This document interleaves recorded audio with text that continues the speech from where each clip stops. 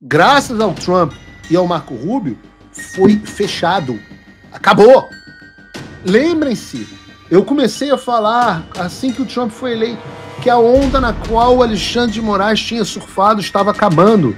E a onda autoritária, a sanha autoritária de censura está se dissipando. A onda está se dissipando. E o que vem agora? Ora, o que vem agora é um tsunami em direção ao Alexandre.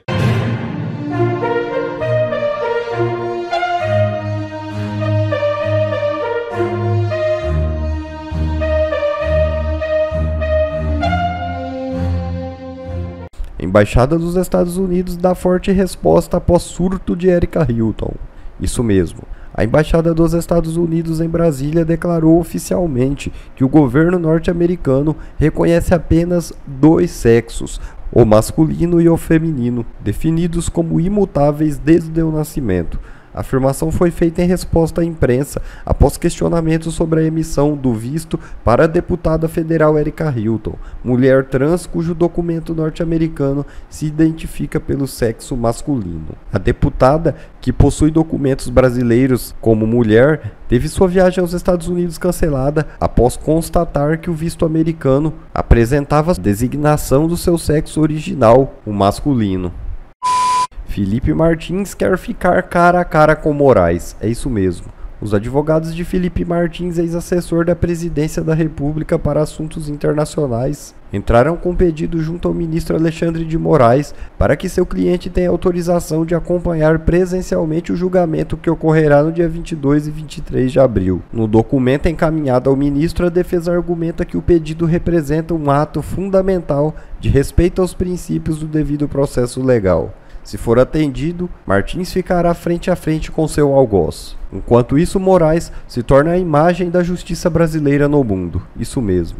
Qualificado como um juiz estrela pela inglesa The Economist na quarta-feira, o ministro Alexandre de Moraes do Supremo Tribunal Federal vem ocupando espaço em jornais e revistas de grande circulação no mundo. O foco no magistrado remete principalmente aos processos de grande repercussão dos quais é relator, às quedas de braço internacionais e ao protagonismo assumido pelo juiz em ações visando aquilo que ele chama de defesa da democracia.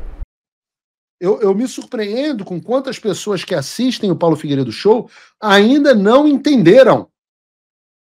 Alexandre de Moraes, e antes dele Barroso, e antes dele Gilmar Mendes, todos esses caras foram treinados a fazerem o que estão fazendo pelo governo dos Estados Unidos.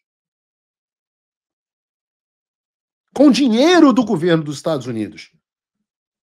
Esse programa internacional de censura nasceu de um financiamento de dentro do chamado Deep State, Estado profundo dos Estados Unidos. E foi isso que chegou ao Brasil. Foi isso que provocou o cancelamento do meu passaporte. Foi isso que promoveu e tornou o Alexandre de Moraes essa figura superpoderosa no Brasil que conseguiu censurar até mesmo a Folha de São Paulo. E foi isso, veio daqui. E este órgão que financiava esse tipo de coisa, graças ao Trump e ao Marco Rubio, foi fechado. Acabou. Lembrem-se, eu comecei a falar, assim que o Trump foi eleito, que a onda na qual o Alexandre de Moraes tinha surfado estava acabando. E a onda autoritária, a sanha autoritária de censura, está se dissipando. A onda está se dissipando.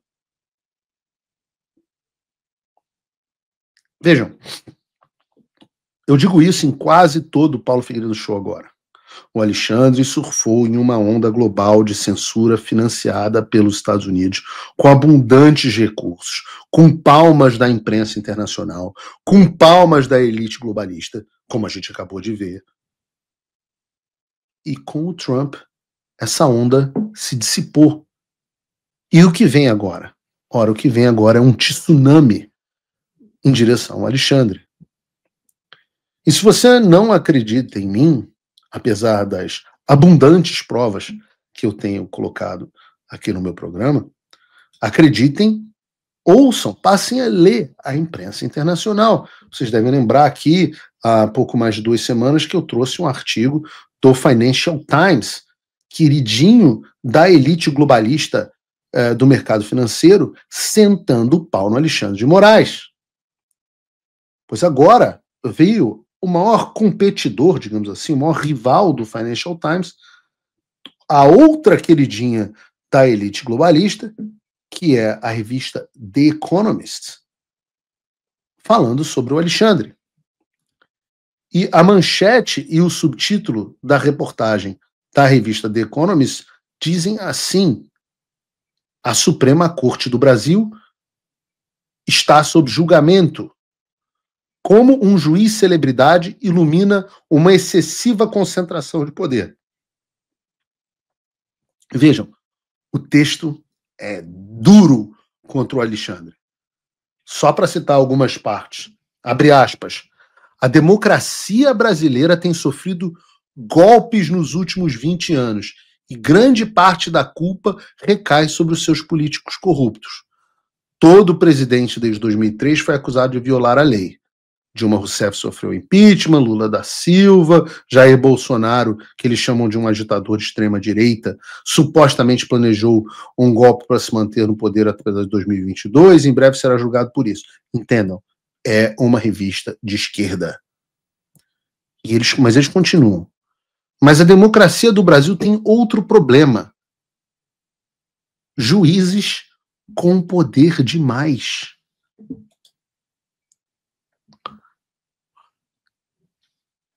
Caraca, The Economist. A The Economist está dizendo que os juízes brasileiros têm poder demais?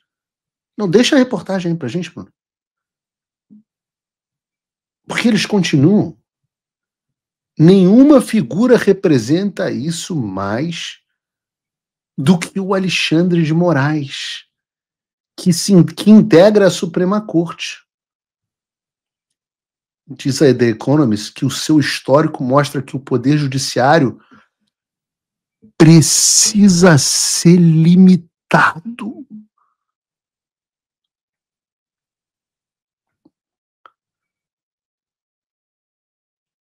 Eu não achei que eu fosse ver isso tão cedo no The Economist. Um painel de 5 juízes, diz a reportagem, decidirá, por exemplo, se o senhor Bolsonaro irá para a prisão em vez do plenário completo do tribunal, que é composto por 11 ministros. Desses 5, um é advogado pessoal do Lula, o outro é seu ex-ministro da Justiça. O julgamento reforça a percepção de que o tribunal é guiado tanto por política quanto pela lei. Eu não sei quanto pela lei, eu vejo muito mais pela política.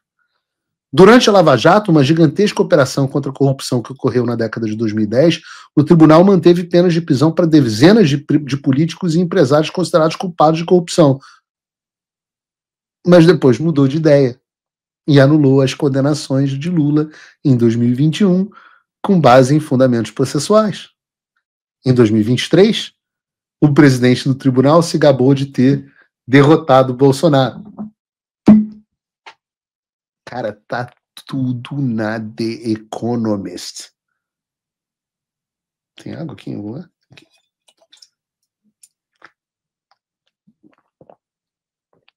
Continua a reportagem. Alegações de tal arbitrariedade e impropriedade tornaram-se comuns. Nos últimos anos, um único juiz, José Antônio Dias Toffoli, anulou quase todas as provas descobertas durante a Lava Jato e abriu uma investigação duvidosa contra a Transparência Internacional, uma organização anticorrupção com sede em Berlim. Gilmar Mendes, outro juiz, organiza reuniões extravagantes e frequentada por pessoas influentes que frequentemente têm processos em curso no tribunal. E então há o senhor Moraes. Ele liderou as investigações contra o senhor Bolsonaro, mas está em conflito de interesses, porque ele foi alvo da tal máquina de intimidação e difamação do ex-presidente. Moraes também tem travado uma cruzada contra o discurso online antidemocrático, exercendo poderes extraordinariamente amplos que têm atingido principalmente figuras da direita. No ano passado, ele ordenou que o X, a plataforma social do Elon Musk, retirasse do ar centenas de contas pró-Bolsonaro, muitas vezes sem fornecer explicações ao dono das contas envolvidas. Ele bloqueou o acesso ao X no Brasil por um tempo e congelou as contas bancárias da Starlink, empresa de internet via satélite de Musk. O senhor Moraes responde às críticas com altivez. Quando, no ano passado, se discutiu se o tribunal deveria adotar um código de ética, como fez a Suprema Corte dos Estados Unidos em 2023, Moraes afirmou que não há a menor necessidade. A reportagem do The Economist é clara. Ela diz que o Brasil está enfrentando um problema gigantesco, que é a concentração de poder em juízes, sobretudo o Alexandre de Moraes.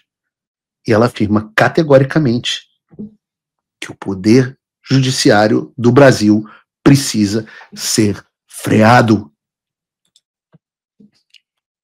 Atenção, senadores! Leiam esta matéria no plenário. Porque quem está dizendo que vocês não estão fazendo o trabalho que tem que fazer não é mais o Paulo Figueiredo, não é nem mais o Estadão, é a The Economist. Olha a vergonha que vocês se tornaram. Cadê a PEC que limita as decisões monocráticas? Cadê a PEC que reduz e muda o foro para o julgamento de vocês? Como pode? Cadê a responsabilização dos ministros? E eu falo isso e as pessoas no chat, com certa razão, falam assim: ah, Paulo, não perde nem mais tempo com o Senado. Ninguém mais acredita no Senado. Mas eu digo que o grande tema das eleições para o Senado daqui a um ano, que é quando começa o processo eleitoral, será quem fez alguma coisa contra o STF e quem não fez. Eu diria que esse será o único tema em discussão no Senado.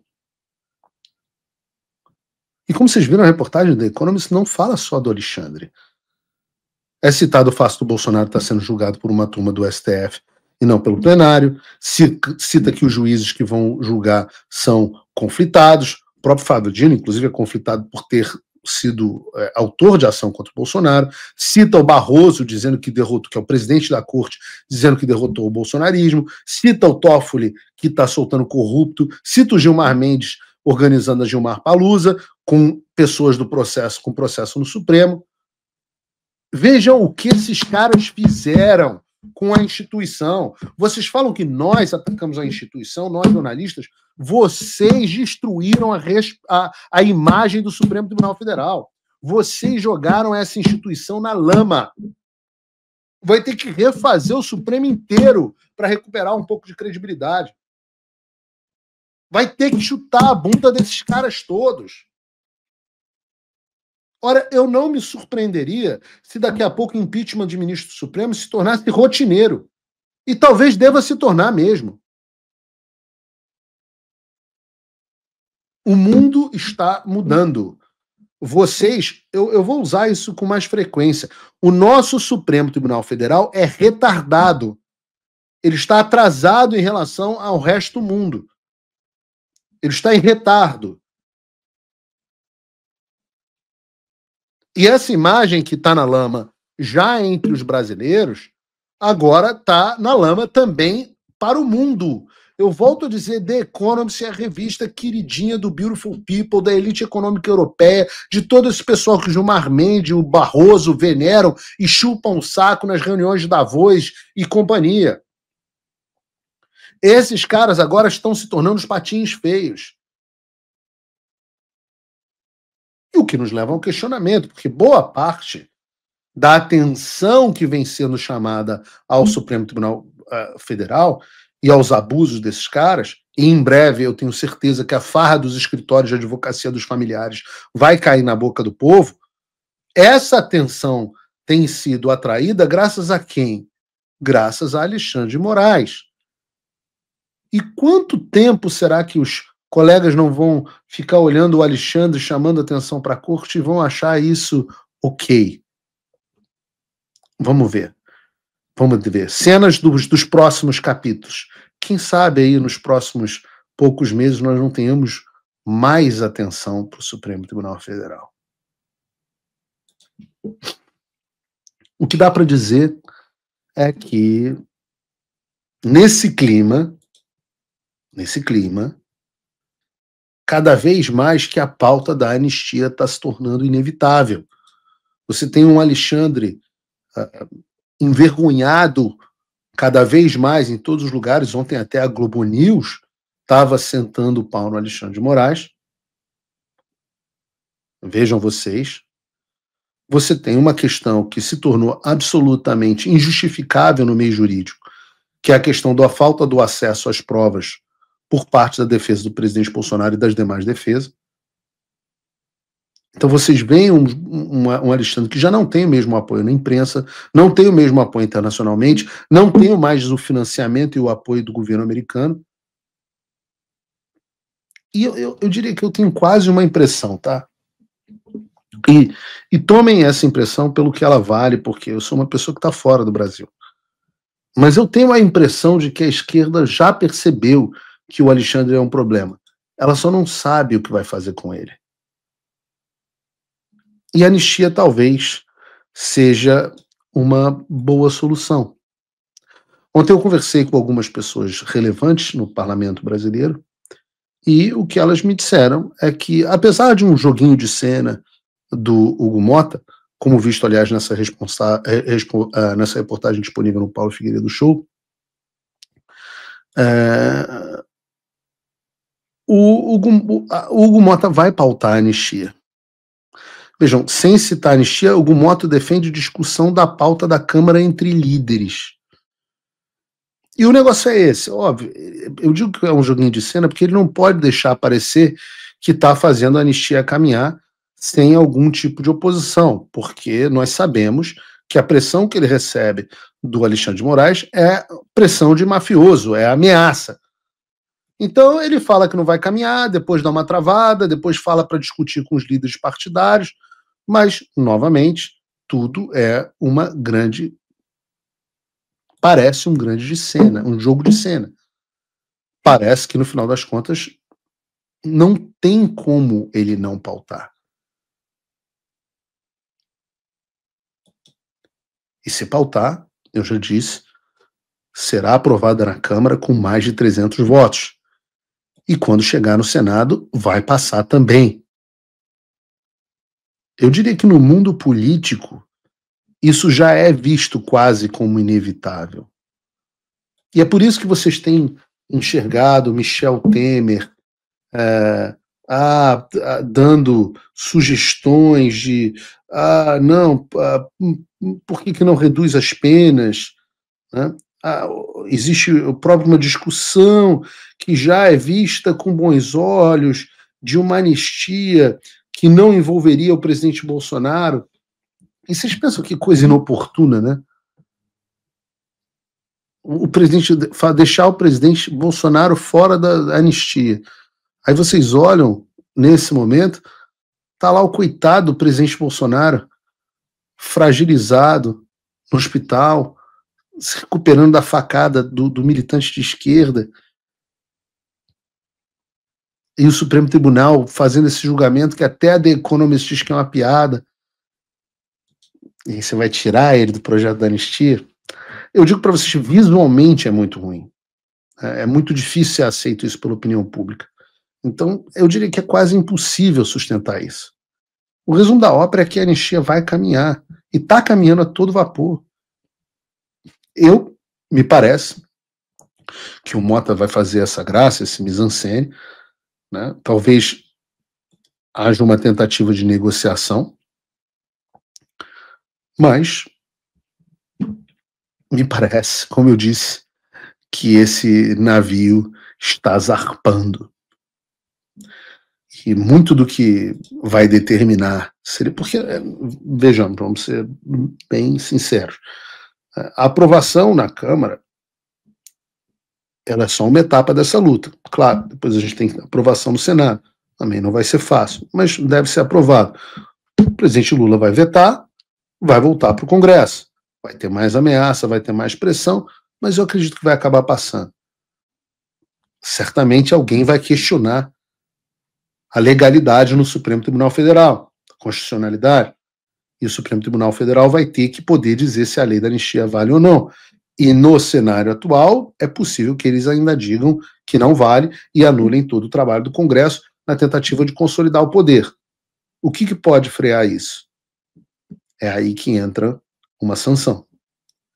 É aí que, neste momento, nós já temos que ter tido sanções em cima do Alexandre de Moraes, com a possibilidade de sanção em outros ministros e em outras autoridades. Nós realmente precisamos. Porque nós precisamos de alguma arma apontada para esses tiranos do Supremo Tribunal Federal.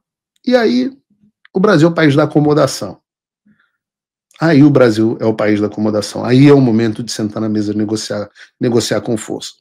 O que dá para eu dizer para vocês? O que eu disse no programa de ontem.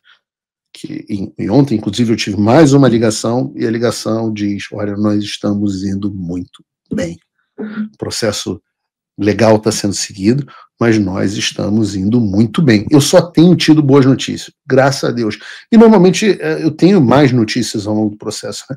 Nunca se consegue conquistar nada assim, linearmente. Para a gente chegar ao ponto que nós estamos, e às vezes eu falo para as pessoas assim, outro dia eu estava conversando no meu grupo de patronos, e houve uma reunião muito importante na Casa Branca na semana passada, e eu mandei para o meu grupo de patronos assim: poxa, eu queria pedir a oração de vocês, tem uma reunião muito importante hoje acontecendo na Casa Branca, eu preciso que vocês orem para que as coisas continuem caminhando na direção que a gente quer.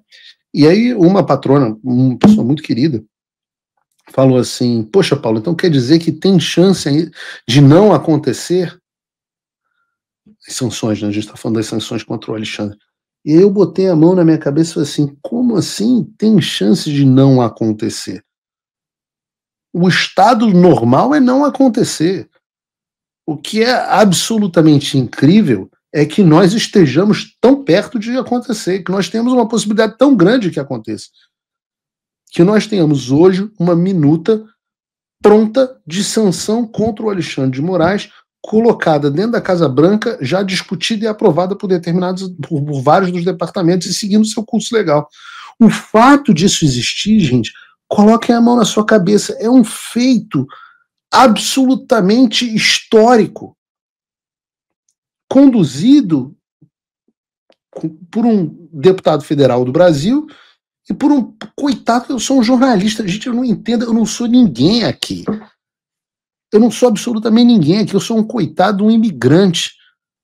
Eu não tenho capital político, eu não tenho moeda de barganha, eu não tenho nada. No Brasil, eu tenho capital político, porque eu poderia me eleger político facilmente no Brasil a hora que eu quisesse, e porque todos os políticos adoram estar perto de mim, porque eu tenho possibilidade de dar voto ou tirar voto deles.